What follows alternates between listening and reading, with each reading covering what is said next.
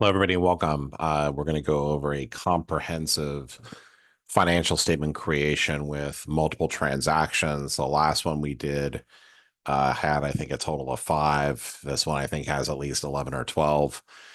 So this presentation is by myself, the accounting professor here on YouTube, Bennett Tchaikovsky. Hello. This presentation is copyright 2008 to 2024 by Bennett Tchaikovsky. All rights are reserved. Any redistribution is expressly prohibited without my prior written consent. Opinions expressed herein are those of myself and do not represent my employers, including but not limited to Irvine Valley College and the South Orange County Community College District. So let's go ahead and take a look at this third question. So right over here, it's a big one. Let's take a look. So we have over here a lot of different transactions. So the transactions below relate to DDI, a company that began operations on January 1st. So we've got Dustin, Mike, and Lucas form Dragon's Dungeon, DDI, by each contributing $111,000 and receiving DDI common stock. They'll perform investigative service to assist those in need. Okay, from the down under or the down, I don't know, something like that. So in any event, let's go ahead and do this one. So Dustin, and if we kind of go down over here and we'll like look at our transaction, as you can kind of see from all of everything that we've been going through and doing, we're really kind of repeating ourselves, right? So we've got over here, we have Dustin.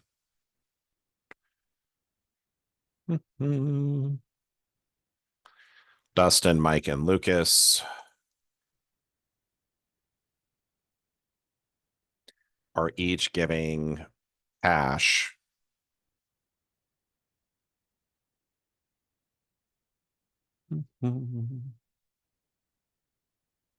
So we are DDI, and so in exchange for that cash, we are giving common stock. Okay, so as we've seen before, when it comes to recording transactions, right, we've got our balance sheet, which is our assets equals liabilities plus owner's equity, right? AELOE, assets equals liabilities plus owner's equity. We have our nation's capital where really crazy stuff happens, or debit credit. Assets typically have debit balances. They're increased with debits, decreased with credits. Liabilities and owner's equity typically have credit balances. They're increased with credits, decreased with debits. We also have expenses, which are going to be recorded with debits, and revenues, which are going to be recorded with credits. So coming over here, we see that we're going to be receiving a total of $333,000. We're getting cash, and this is going to be transaction A. And in exchange for that cash, we're giving up common stock. And so that is transaction A. So that's letter A.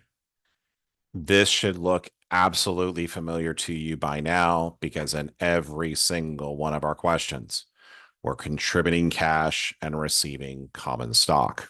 So let's go to letter B.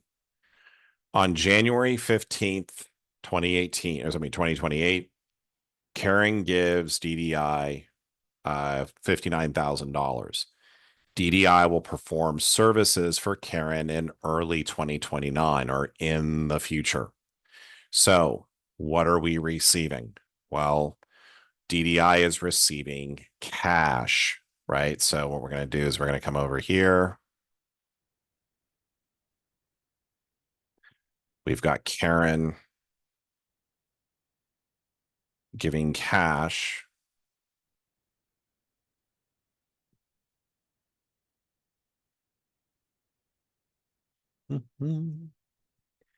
And we are promising we are going to be performing future services. Okay, so let's do the easy part first. We are DDI. We are receiving cash. We're going to show that increase to cash with a debit. So over here, 59,000, letter B. For every debit, we need a credit. Because we have not performed the services, we cannot recognize revenue. These are future services that we're going to perform. So when we look at this over here, right, very, very important. Monkey rallied, gave us future services. How did I go through and record that? Well, I'm debiting cash and I would be crediting unearned revenue. Again, these transactions are going to continue to repeat themselves, right? So the more you practice, letter B, the better off you're going to be with letter B. Okay, that's letter B. Letter C. Neville contributes. Oh, it's 11 spelled backwards. Oh, how like Tchaikovsky really trying to avoid that Netflix infringement. No, this is a great show. Okay, so on February 1st, they contribute 11,000 and then to DDI, and we could probably say to DDI, and DDI issues common stock to Neville, or 11. Okay. So right over here, we are receiving, it's the same transaction from letter A, except it's appropriately $11,000. And then I'm basically issuing common stock for 11,000, right? So I've received cash, issuing common stock. Letter C. If you're taking my class, the only transactions that are going to be involving common stock for the first really two exams is someone is either contributing equipment or somebody is going through and paying cash for common stock. It's going to be a debit to cash, credit to common stock. Not a surprise. Let's go ahead and take a look at D. I pay $28,000 for services to Steve. Okay, so I'm giving cash to Steve. Steve will provide me those services in early 2029. Well, if we go back over here and look at a future, by the way, I will post these other problems. If we come over here, we basically take a look and say, oh, I pay a consultant money for future services to be received. We just now have a named consultant. I'm giving Steve $28,000 for services that Steve will provide to us in the future, right? We're in 2028. This is going to be happening in 2029. So over here, this is for Steve.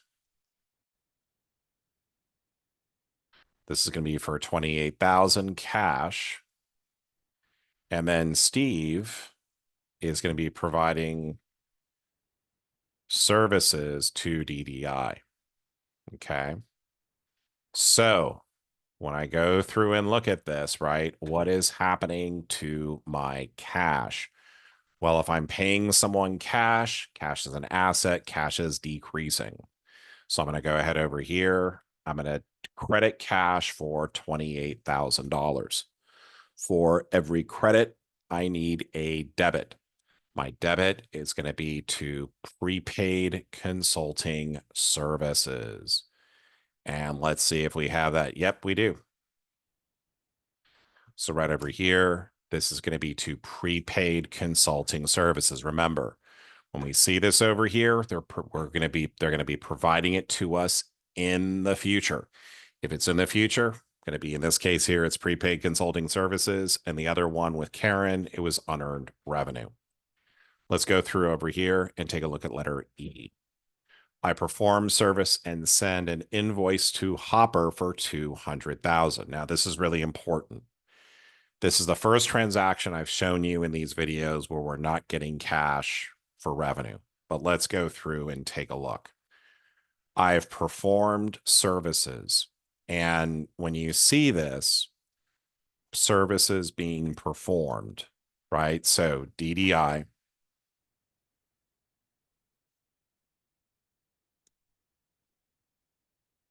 so DDI is performing services to Hopper. Okay. So right over here, excuse me, for $200,000. Performing services for 200,000 bucks. I'm providing services for 200,000.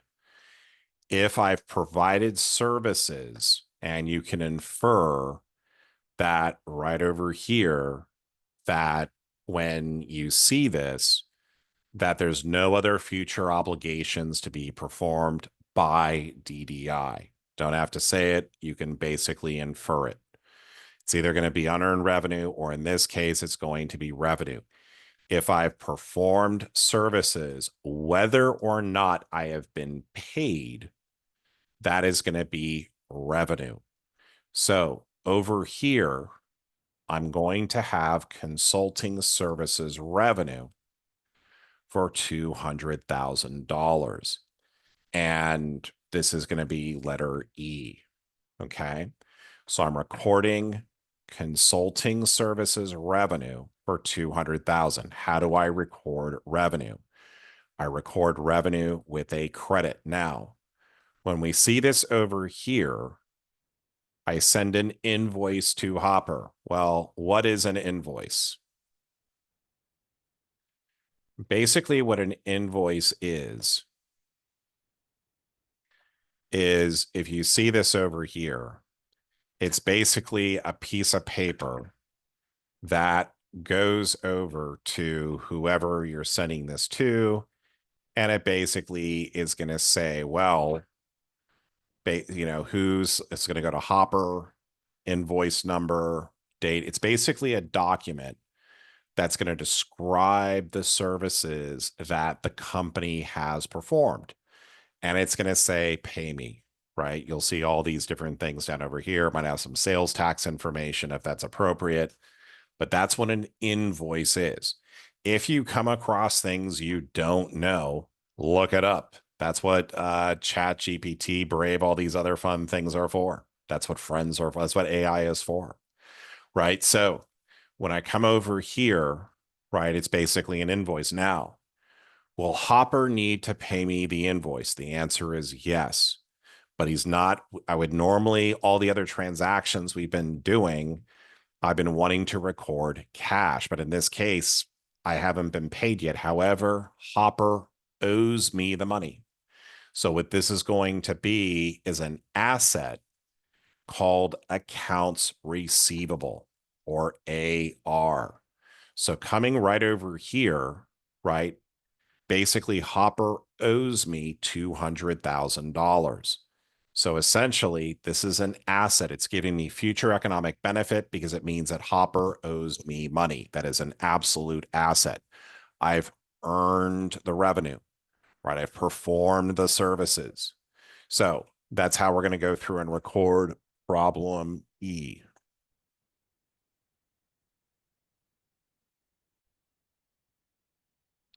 Okay, so that's a brand new transaction. It's exciting, but let's go ahead and take a look at letter F. Joyce provides us services on account for 22,000. Okay, so normally if Joyce was providing us services, I'd pay her cash. However, when I see the term on account, it basically means something else. So over here,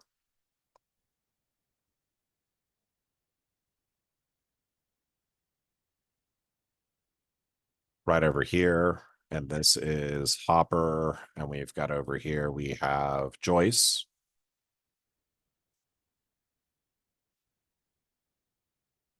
Okay, so right over here,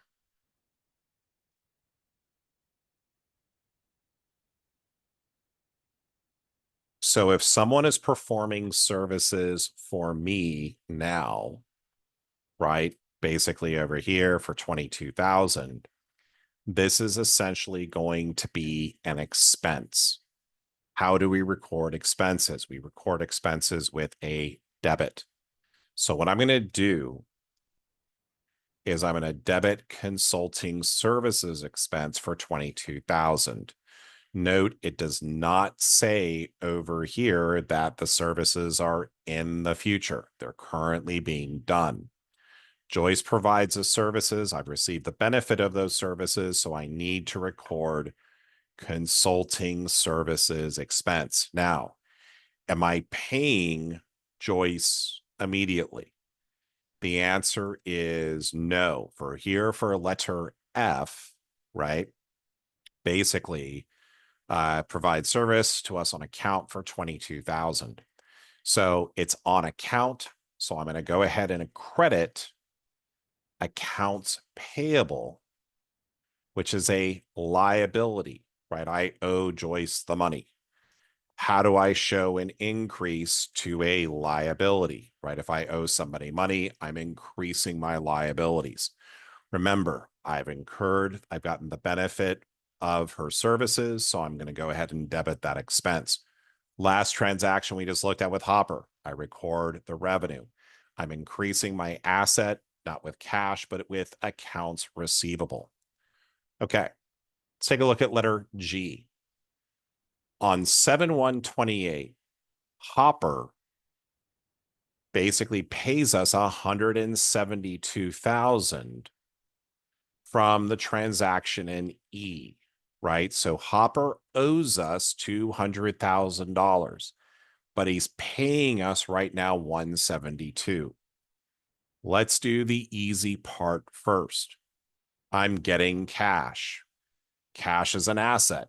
I'm going to show an increase to that asset with a debit.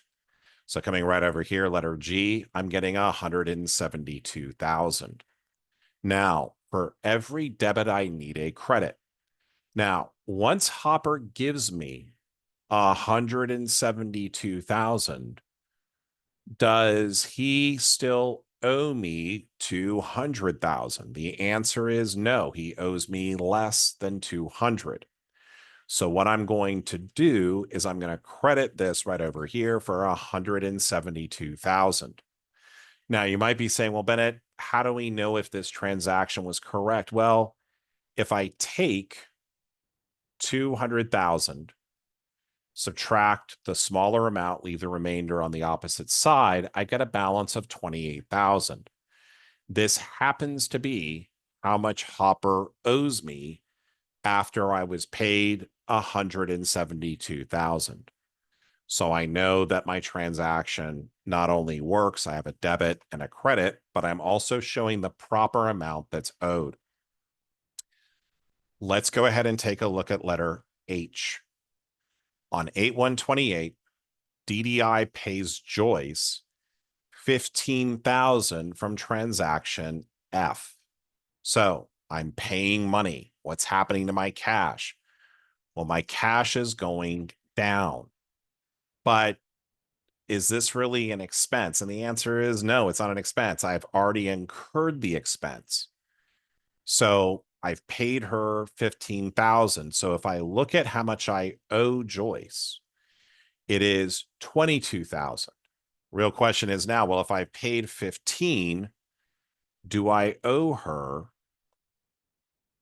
This is actually going to be H, sorry. Do I actually owe her, right? Do I still owe her 22? The answer is no. You just paid 15,000 of the 22. And if I subtract the smaller from the larger balance and leave the remainder on the larger side, I get a balance of 7,000. Does that represent what we owe Joyce? Yes, it does. We got 22,000 in services and we said we pay you later, right? But I only paid her 15. So I still owe Joyce $7,000. So that is letter H. Okay. Take a look at letter I. We pay a cash dividend of $38,000. Now, if we've gone through and you looked at this question from earlier, what do we do with dividends? Well, we have a thing over here called debit dividends, double down, debit dividends, right? So dividends is how we give money back to our shareholders. The board of directors is going to basically meet. They're going to say, we're going to distribute a dividend. It is not a revenue or an expense. However, it's a way that we give back to our shareholders. It's going to reduce retained earnings, and it's a way of us giving back to our shareholders. So If I'm paying a cash dividend, what's happening to cash? Well, cash is going down. So right over here, I have cash going down. For every credit, I need a debit. What account do I want to go through and debit? I'm going to debit dividends right over here for letter I. Okay, so again, dividends, temporary account tells us how much we're giving back to our shareholders. All right, so Jonathan performs services for us on account and gives us an invoice for $29,000, right? So somebody else is performing services for us, and it looks a lot like the letter F, right? So what I'm going to go ahead and do is come over here. I'm going to be saying,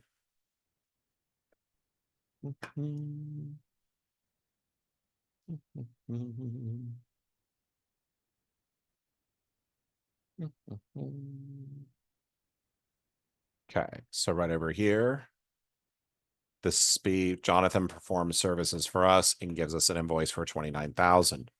So this is going to be consulting services expense. I'm not paying him. They're giving me an invoice. They're saying, hey, Bennett, pay me, right? So coming over here, basically, I'm going to basically debit consulting services expense, and I'm going to credit accounts payable. So literally the same transaction. In accounting, we process many different transactions. Many of them are going to be the same. This is why when you're studying accounting, the more practice and repetition that you have, the better off you're going to be. Okay, that's letter J. Letter K, DDI performs services for Will, and we invoice Will for $68,000. Does this look a lot like letter E? In fact, it's almost the exact same thing. So coming over here, I've performed services. I need to record revenue.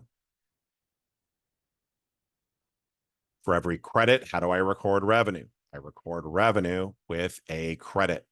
Write out this T account down here. This is going to absolutely save you on exams. It's going to tell you how you record revenues. For every credit, I need a debit. I perform services, but I have not yet been paid. So I'm going to come over here. I'm going to basically record an account receivable for the 68,000. So that's going to be letter K. Let's go to 12/31/28. So these are all end of the year transactions. So we're not going to do when we see interest rates, and for this exam, we ignore them, right? If this was happening on September 1st, you would have to deal with the interest. But I'm writing this exam for my students, and this is the way you want to learn accounting. You want to get this part down before you get to adjusting entries. So let's go over here. I loan Billy $40,000. Loan will be due in a couple of years, bear interest, and there we go. If I'm giving somebody money, again, going back over here, we're loaning money. How does that look, right? Well, if I'm loaning somebody money, right, this is going to basically look like a loan receivable. So if I'm giving somebody money, my cash, which basically is an asset, is going down.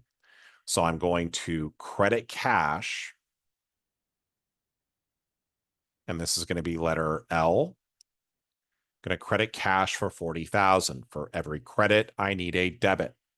I'm going to debit loan receivable, right? Billy owes me money. It's in the form of a loan. That's letter L. Take a look at letter M. I receive a loan from Max for $30,000. So I'm getting a loan for Max for 30 grand, and I'll have to pay it in a few years. So if I'm getting a loan, again, very, very similar to what we had here previously. Borrow money, get a loan, really the same thing. I'm borrowing money, right? I'm receiving a loan. right, from Max for $30,000. So over here, I'm getting cash for letter M. Now I might word things different. I might say borrow money. I might say I received a loan of 30 grand, right? It'll be due by DDI, meaning I'm going to have to pay him back. That's why I know it's going to be a loan payable. So over here, this is going to be letter M, right? Getting cash. How do I show an increase to cash with a debit? I'm crediting loan payable. Okay, so I'm going to come over here to loan payable for 30,000, letter L. Okay. When we get into a lot of these transactions with a lot of these problems with a lot of transactions, it's really important we label them, because if we don't balance, we're going to have to go through and make sure that we do. Okay.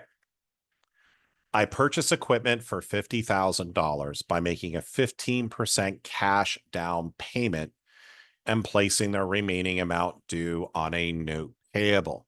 Again, go back to the future, right? What is happening here? If you've been doing these problems, this should actually be pretty easy for you to do by now.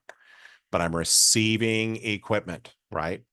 What kind of account is equipment? Equipment is an asset. So what I'm going to do over here, equipment for 50,000. And this is going to be transaction M. So coming right over here, receiving equipment for 50, letter N. Sorry about that. Letter N. I make mistakes too all the time.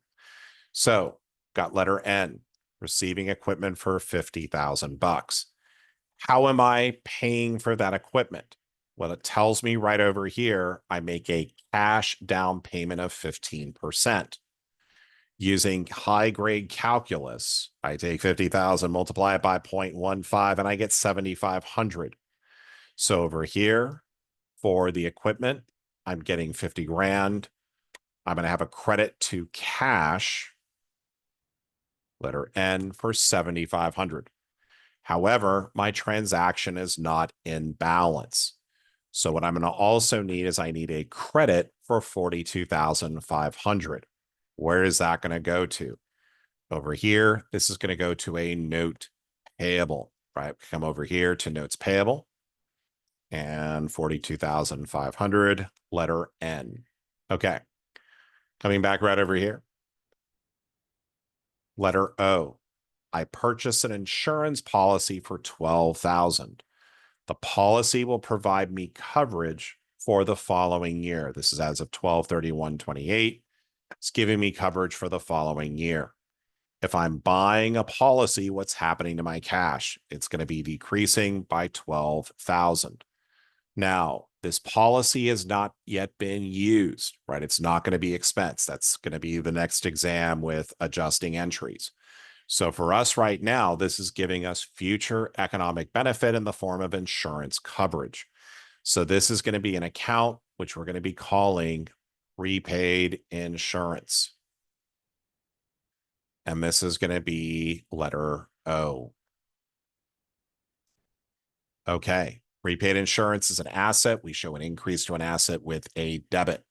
We paid for the insurance with cash. Cash is being credited. Okay. So letter P. I pay my electricity bill. The bill covered the period for September 1st through December 31st, 2028. So I'm paying for an electricity bill. What's happening to cash? Well, if I'm paying something, my cash is going down. Okay, now for every credit, I need a debit.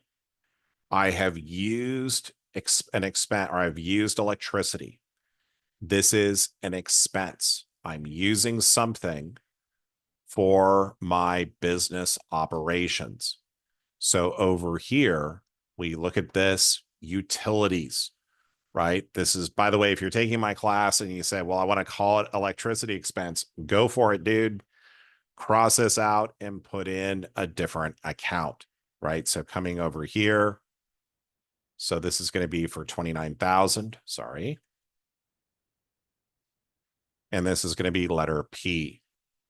Okay, so Utilities expense. I've used something. I've used electricity that's never getting back. I record the use of an expense with a debit. Okay. I pay, DDI pays 19,000 to Jonathan from the transaction referenced in J. So Jonathan provided services for us, and I'm giving him some cash at the very end of the year.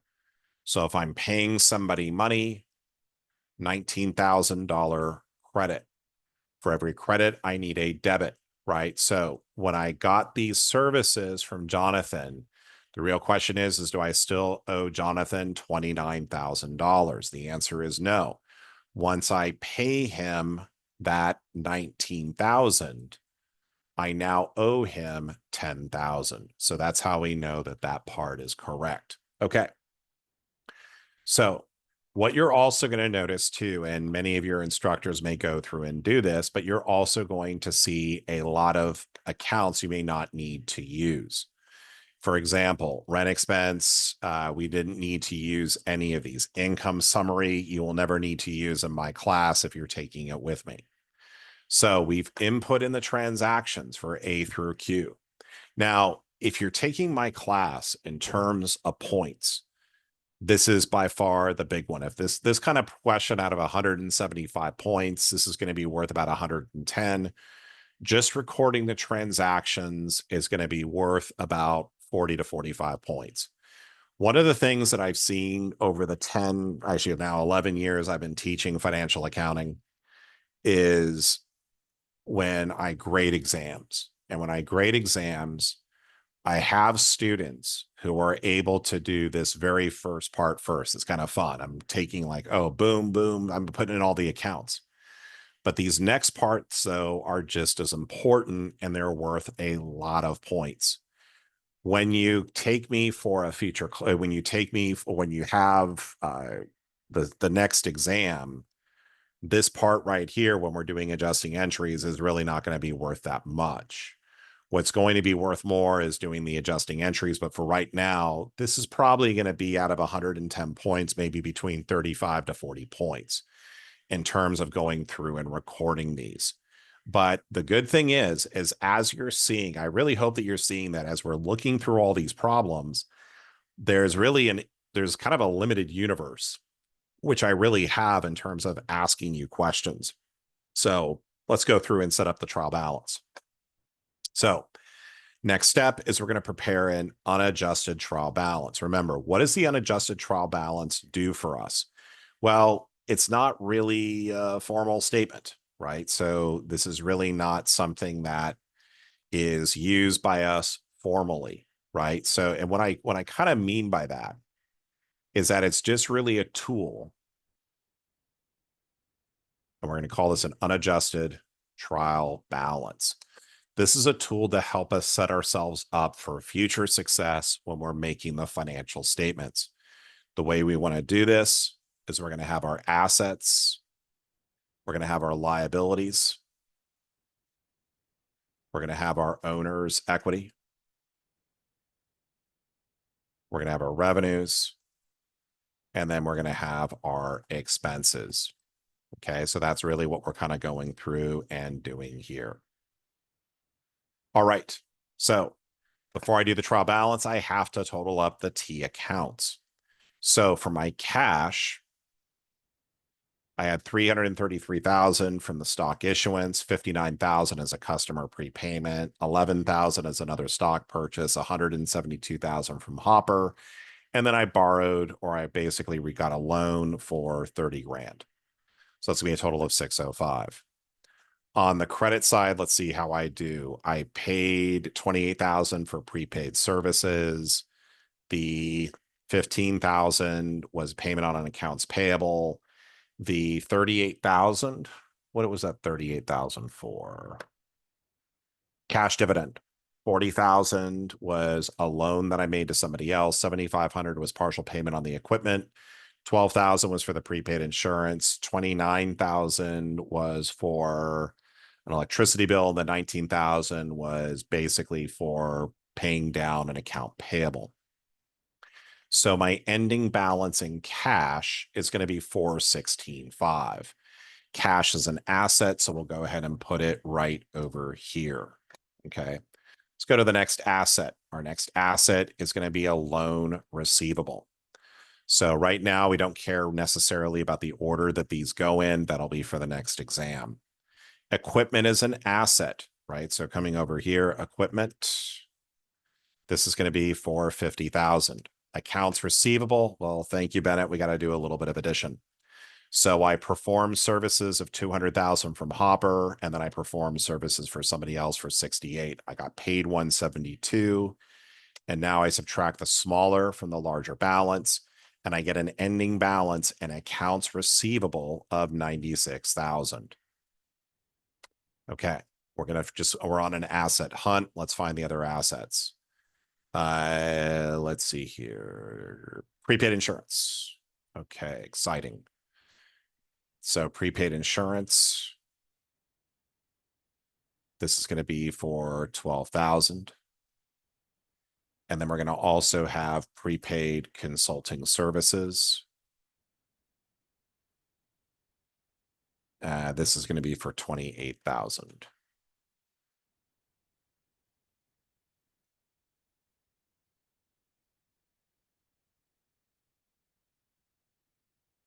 Lastly, we have utilities expense. We're all good to go.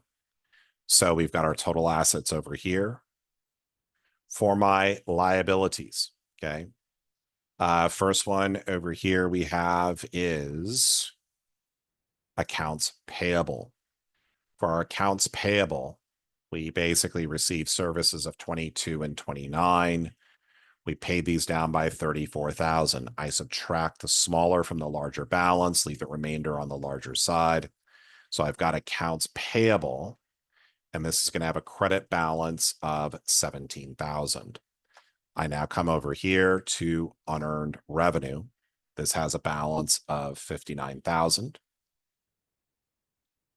And then I come over here to a note payable. And I also have a loan payable. So note payable, loan payable. My note payable was 42.5. My loan payable was 30,000. And no other liabilities. Perfect. Okay. So let's now come over here to owner's equity. I have common stock of 344,000. So this is common stock. You can write this as C/S. I'm totally good with it. Our other component of owner's equity is going to be what we talked about in the last video, retained earnings, right? That's the amount of earnings that we're keeping. Since this is the first year that the business is going to start, this is going to have a zero credit balance, right? And we'll look again about how these work. Below this, kind of in no person's land, we're going to basically put over here, we're going to put dividends of 38,000, because remember, dividends are not a revenue or an expense. Rather, it's how we're giving back to our shareholders. Let's take a look at our revenues. So we just have consulting services revenue, and this is going to be 268,000. Credit revenues are reported with credits. For our expenses, we have consulting services expense. This amount over here is a $51,000 debit. And we also have over here utilities expense, right? We use some utilities. So my utilities expense are going to be 29. Now, what I'm hoping and praying is that my total debits equal my total credits. Let's check it out. So I go over here. 760,500. Total credits over here of 760,500. If it doesn't balance, right, what you're going to want to do is basically go through the little letters that you wrote, check it out. But if you're taking my class and for some reason you don't balance, go back, just keep on going. Because as I said before, this part is worth a certain amount of points, right?